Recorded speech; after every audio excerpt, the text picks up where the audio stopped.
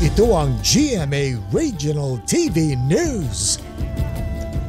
Tungkol naman sa lindol na nangyari dyan sa Cebu, lumalaki raw ang mga bitak sa lupa sa bayan ng Tabogon na lumitaw kasunod nga po ng magnitude 6.9 na lindol doon noong September 30. Cecil, bakit daw lumalaki? May eksplanasyon na ba? Connie, hinala ng mga residente ay dahil yan sa mga aftershock ng lindol. Kwento ng isang residente ng Barangay Tapul, maliit lang noong una ang bitak sa lupa hanggang sa umabot na sa loob ng kanilang bahay. Dahil dyan, hindi na muna sila pinayagan ng MDRRMO na manatili sa bahay. Ayon sa MDRRMO, sinusuri na ng PHIVOLCS at DOST ang mga bitak sa 3 barangay, pati ang mga landslide area sa 7 barangay.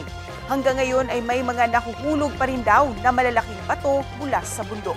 Dahil sa banta ng peligro, hindi muna pinadaraanan ng ilang kalsada at patuloy na minomonitor ng mga otoridad.